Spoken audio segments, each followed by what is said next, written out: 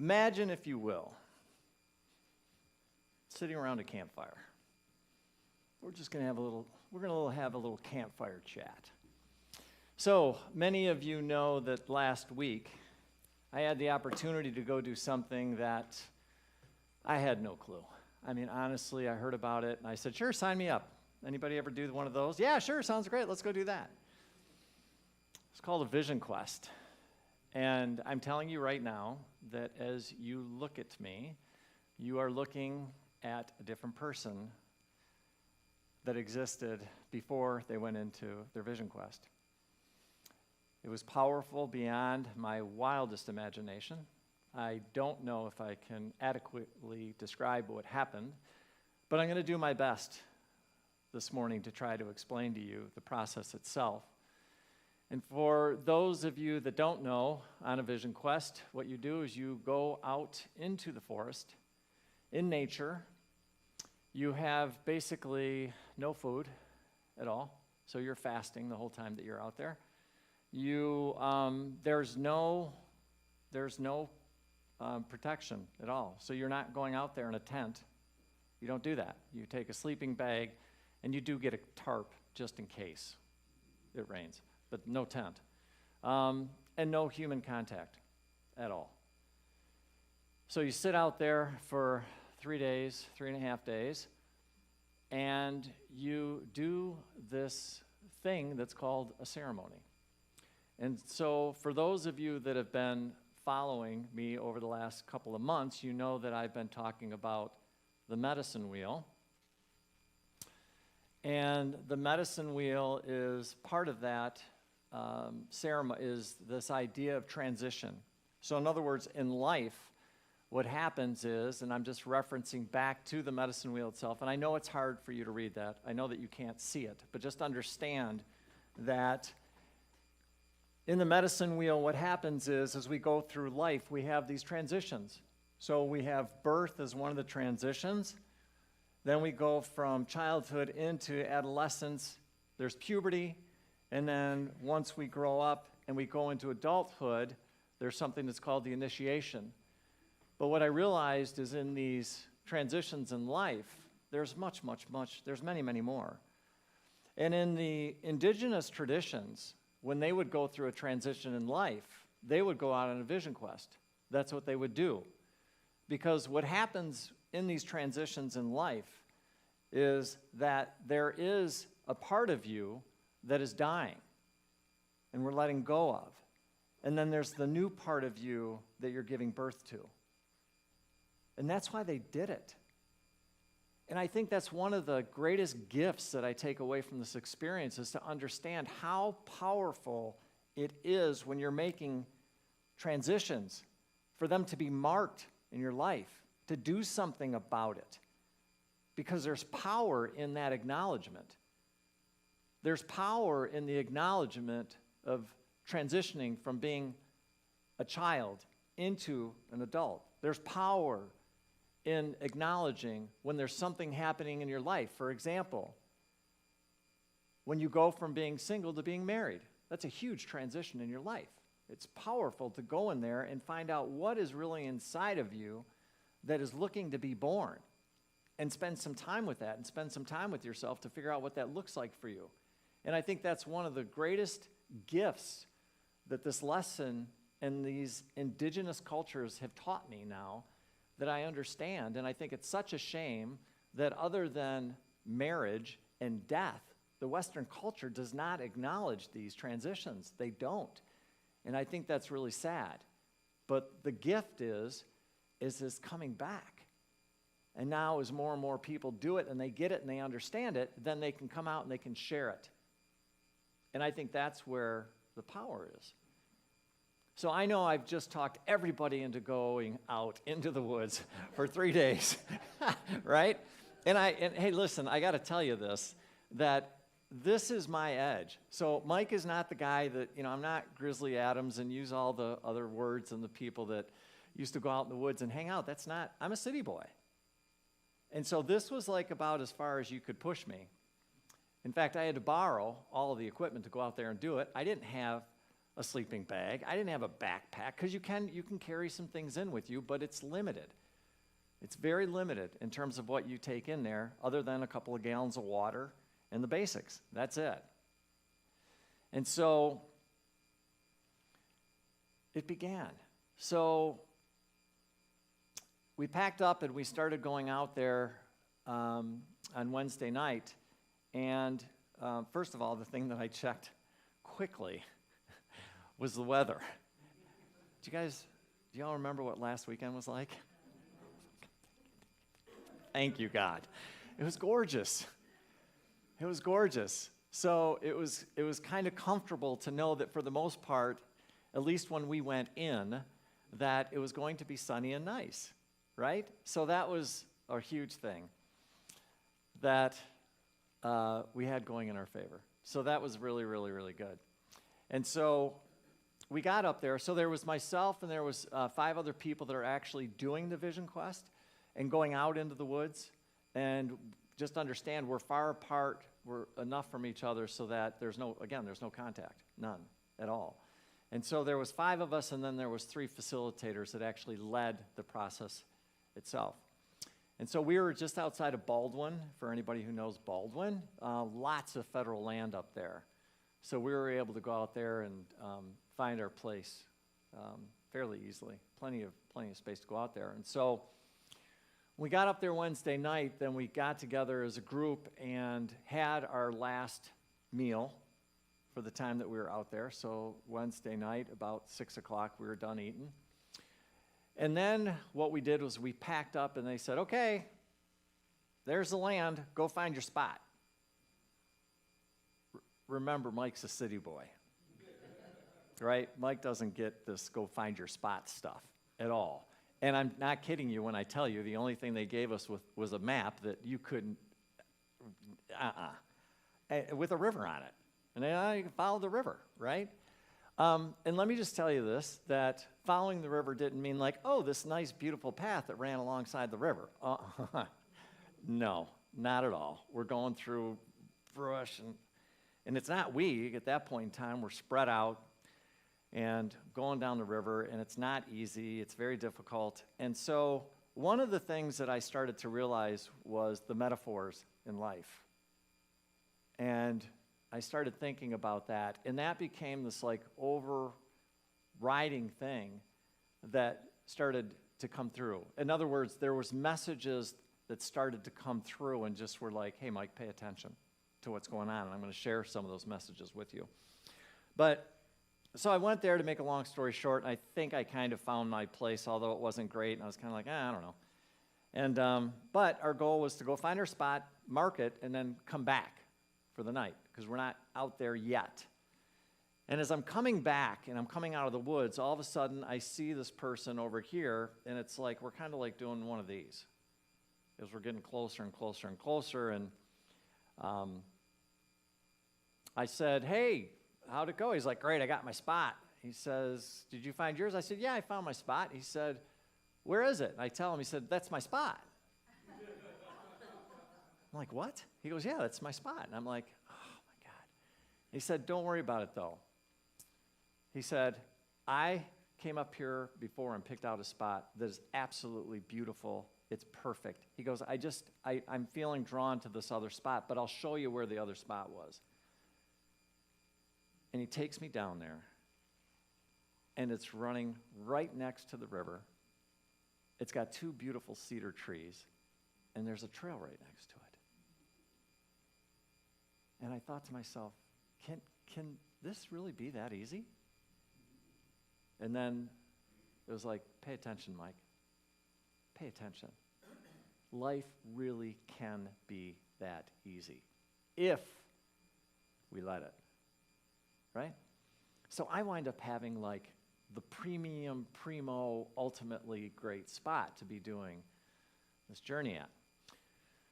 So we come back, and there's some final instruction, and then basically for that night, Wednesday night, we did sleep outside, but that night I did sleep in a tent, because again, we're not in it yet, other than the not eating part, right? And so Thursday morning we get up, and we get some last instruction. we set our intentions, so the group of us acknowledge what our intentions are. And for me, the biggest intention I had was this idea of, this is a big year for me. I'm turning 60. And there's a part of me that is comfortable sitting in this chair, sharing my wisdom with you. But in terms of honestly embracing this idea of being an elder, freaks me out. It does. And I thought to myself, Mike, you're 60. You're not a kid. Like, it's time, buddy. It's time to let go of this whole thing and fully step into that and to acknowledge it and whatever that means. And I thought, wow, that feels pretty good. And some other things that I wanted to let go of.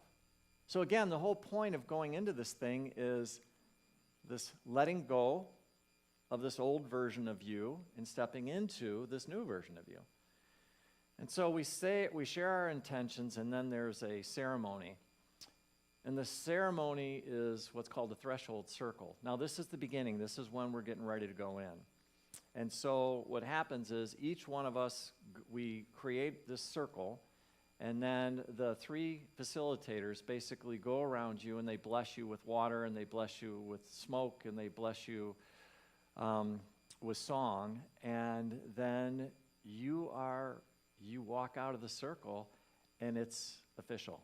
Like, now it's real. There were many things that happened, but I'm telling you, there were certain things when things happened, I was like, whoa, something is different. Something just happened. That would be one of them. It was like, this is real. This isn't a little thing. Like, you just walked into something that is going to change you. And I knew it. Like, it was like, whoosh. It's like, wow, that was powerful. And so I walk into the woods, and I go down to my spot. And so now it's like, okay, well, we got to set everything up, right? So I start pulling my stuff out, and I said I brought some things to make an altar. So I set up my altar, and there was this beautiful cedar tree that became my buddy. Actually, a lot of trees became my buddies. I had a lot of conversations with trees. Took it to a whole nother level. Right? So I'm sitting there, and as I'm unpacking stuff and I'm getting ready, all of a sudden, I realized that my wife, who was one of the facilitators, Leah, had given me a letter that she said, hey, read this when you're out there. And I also was given a gift by the person that was leading all of this, and I put them in the pouch in the back of a chair that I carried in with me, and it fell out. And I'm like, well, it's no big deal. It's just down. I can just go back in and get it. When I walked in, I walked down this hill. So where my spot was walk, walk, walk, and then down a hill. And that became very symbolic to me. Because here's what happened. When I thought about going back and getting my letter and getting the gift, all of a sudden, there's a voice that said, you are not to go back up this hill until basically we say so. And I mean, it was as crystal clear to me as anything as I'm sitting here talking to you. And so there was a knowing that I was going to be going through a process. I wasn't anywhere near complete to go back up and out.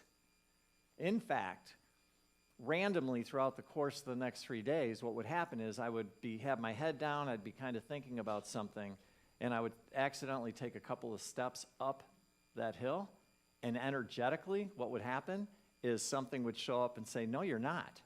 You are not going to be going, and you're not ready yet. Don't go do that. And so what I realized, one of the things, the many things that I realized, is that all of a sudden that I was being guided. I was being guided by Spirit. Only it was palpable. I could hear it. I could sense it. I could feel it. And it was powerful, incredibly powerful. And so I get everything set up. Okay, now think about this for a minute. You're sitting there, I'm sitting there, and all of a sudden, I'm going, it's Thursday afternoon. I'm not coming out of here till Sunday morning. oh my God, what am I going to do? And so I started thinking about all these different things I could do, right? And then all of a sudden, I hear this voice go, Michael, this isn't about doing. It's about being. You are absolutely incredible at doing, and you suck at being. It's time to be. It's time to be. And so I had to change everything. I had to change what I was thinking I was going to do. And instead, I had to think about being. And it's a whole different reality. At least it was for me. And so what I had to do is I had to think about that.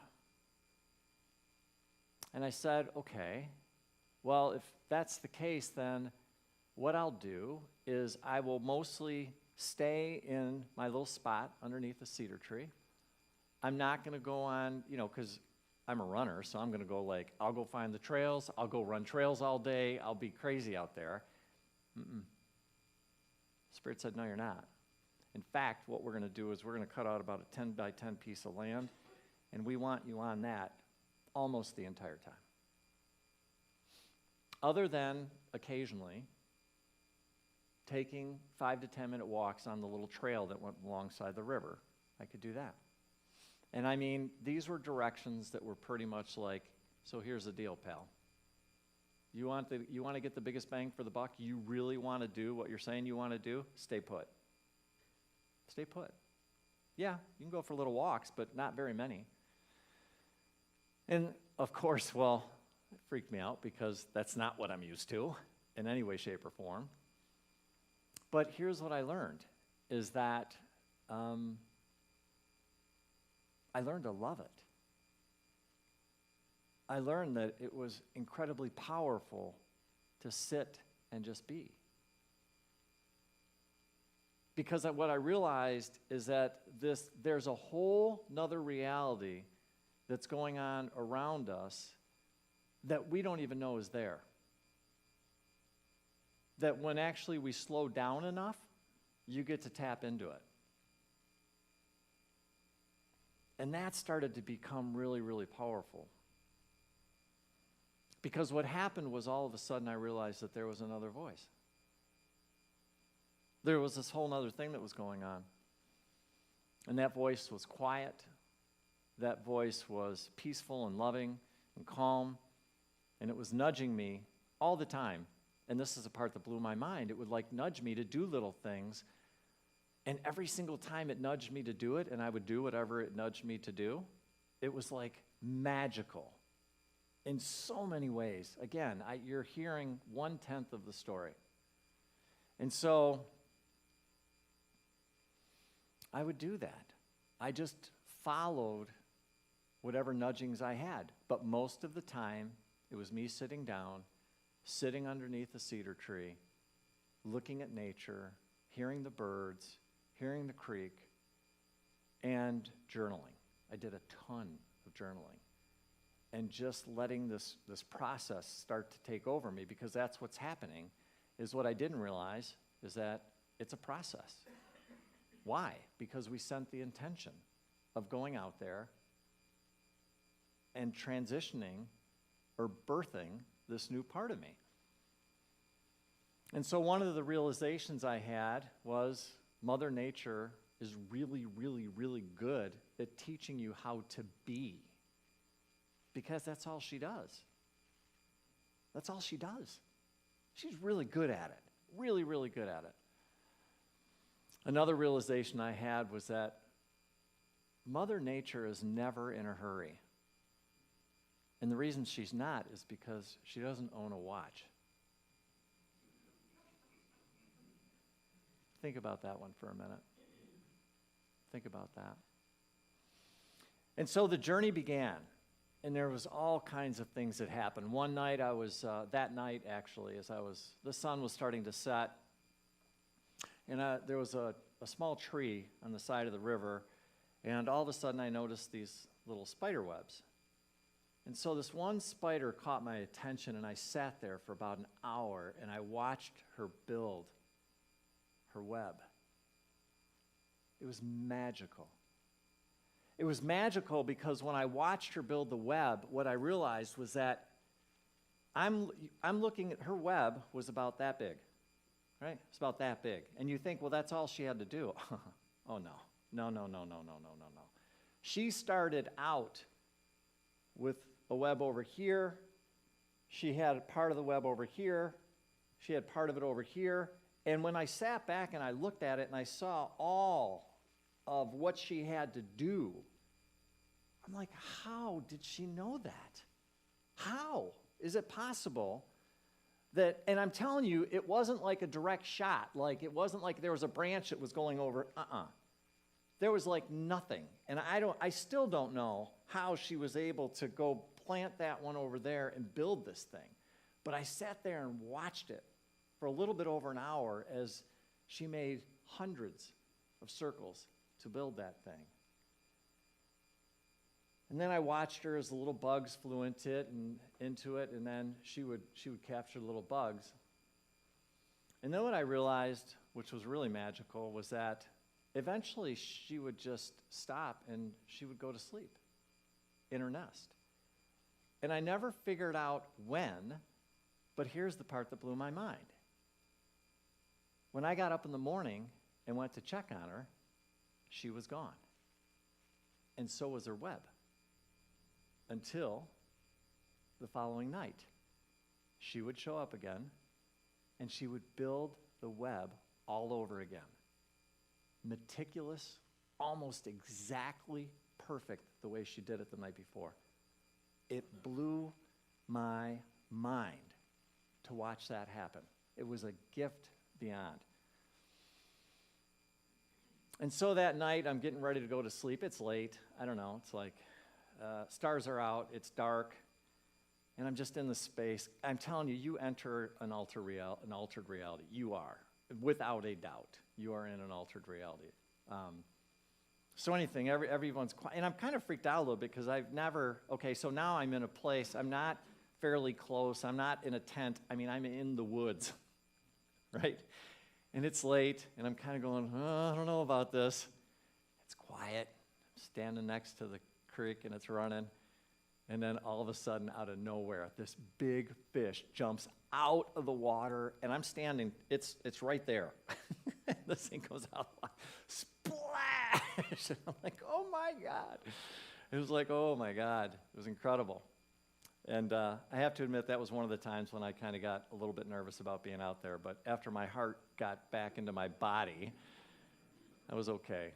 And then I tried to sleep. And for a guy who is notorious for being able to sleep anywhere at any time, that wasn't happening. And I still don't know why, but I couldn't sleep when I was out there.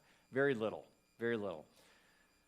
So anyways, Friday comes, and Friday is, again, now we're talking 48 hours into the fast, but I'm starting to catch this rhythm of nature, and I'm allowing myself these little walks, and I'm finding, and I'm journaling a ton, and I'm finding that the more I slow down and the more I don't do, the more my spirit is talking to me, and things are really starting to open up now. Energetically, I can feel Mother Nature. I can feel the trees. I can sense them wanting to communicate.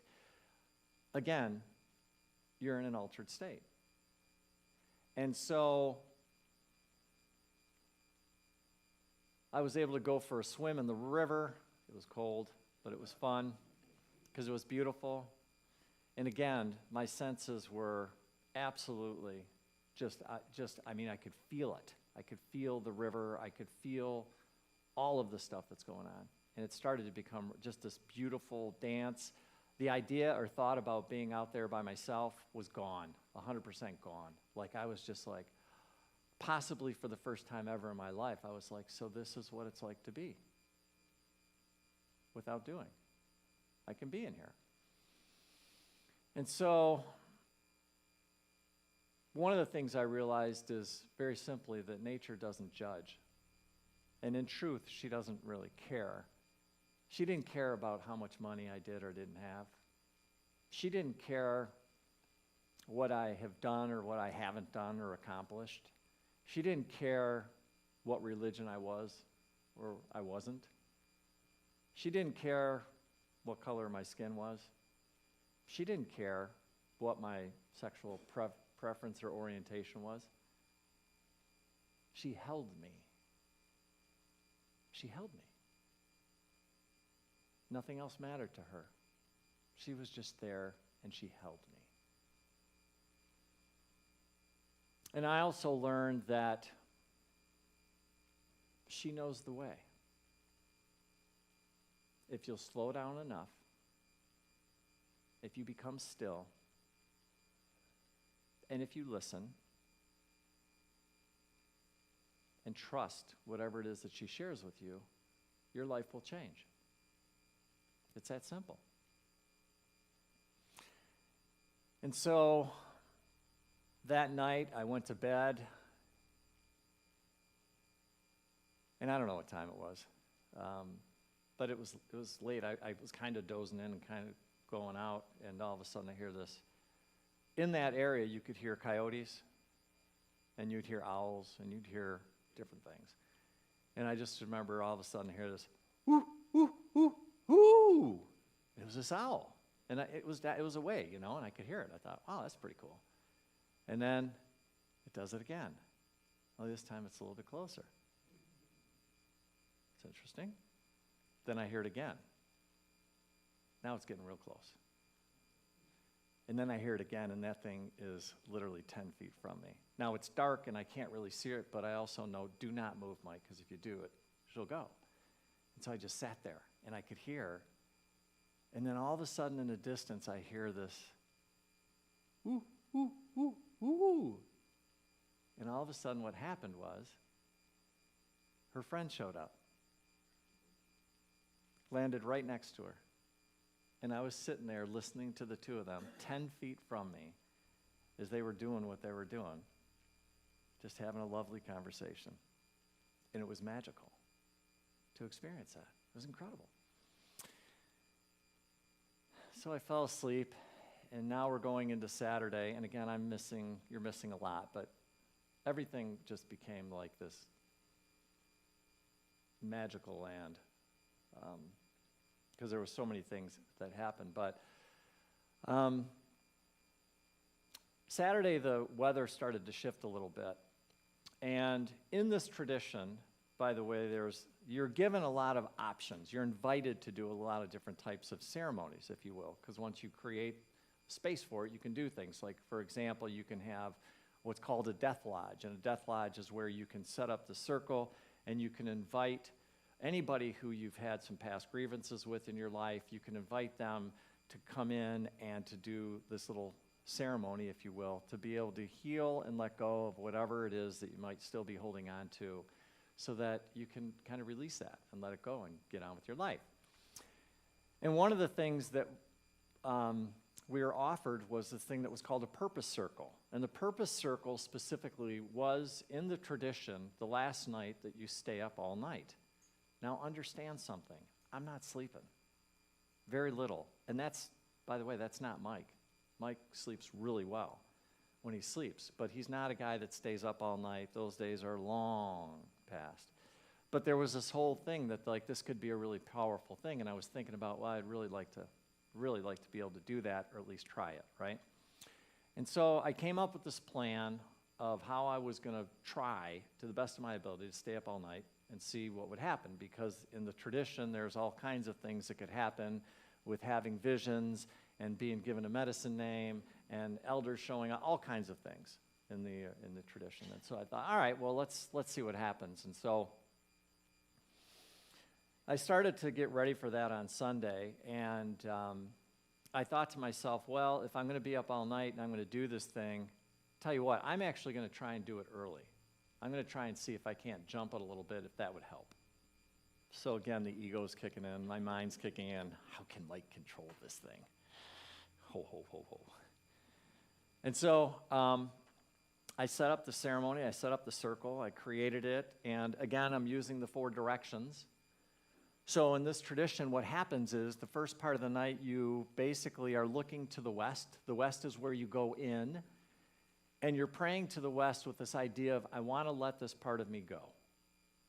I'm giving this up. I'm surrendering it to death. And so I make this thing, and I start at about 6 o'clock, and I'm sitting there, and I go through this, and I mean, I want to do this thing. Get rid of this thing, right? And so like about an hour and a half into it, I'm like, and? Now what, right? And I'm sitting there, and there was this whole thing that was swirling around the back of my mind about being able to stay up all night, blah, blah, blah, blah, blah. And so I thought, well, it might be like a really good time to journal. And so I sat down and I started to journal. Only this time, instead of these beautiful, amazing, incredible insights and thoughts, what started to come through was, Mike, do you really think you're going to be able to stay up all night? Do you really? I mean, that's a joke. You're not really going to be able to do this. It's just another failure along the whole line of failures in your life. It's just going to be another one. Another thing that you're going to try, and it's not going to work. I mean, honestly, why even try? You know you can't do this. In fact, the truth is, this is just all garbage. This has been a complete waste of time. And I was sitting there, and it got dark. It got pretty dark. And as I was sitting there, I was looking at it, and then all of a sudden, something happened, and I'm like, wait a minute. And all of a sudden, I wrote down in my journal, I am not, and I will not judge myself for what does or does not happen in the next 12 hours. What? And I looked at that, and it was almost like I felt like this was coming from somewhere else. In other words, it wasn't coming from the part of me that wants to judge myself and beat myself up and everything else like that. It was coming from a whole new part of me that was standing up strongly and going, hey, wait a minute, pal. That is not what we're doing. And as I sat there, I was looking at it, and then what happened next is something that I don't know if I can really understand or explain to you, but I think you'll understand it, and that is I just started writing this thing, and it was like I was just watching the pen write it. And I'm going to share that with you. And at the top of the page, I wrote this. What about me? And it said, you called everyone. You called God, you called Jesus, you called your guides, you called the angels, you called the ascended masters, the elders, but you never called me. By the way, this isn't God talking. This is your soul. Michael, I am here. I've been here the whole time, waiting patiently without shame, blame, guilt, or judgment. And while it's great to have relationships with all the others, my question remains, what about me? You've spent your entire life searching, high and low, near and far. All the books and the teachers, the masters, the others, sacred medicine ceremonies, and even now this. And again, I ask you, what about me? Michael, Michael, Michael, hear me. I am here now. I am your soul. I am you. This is what you've been looking for the entire time. All this time, the dance you've wanted is with me. Yes, all the others have helped. But what you've really wanted has always been right here. I am quiet, often a nudge or a thought. I don't brag and I don't boast. I simply am. It's okay if it took all this time. It was worth it because you're worth it. I am proud of you, Michael, and you should be too. This lifetime has not been easy on you.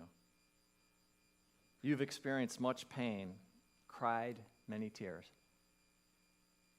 But now you know, next time you start looking outside of yourself, remember this one magical question. What about me? And I sat there and I looked at that and I just absolutely started to bawl. Cried and cried and cried. So much so that eventually I was just done. I was spent.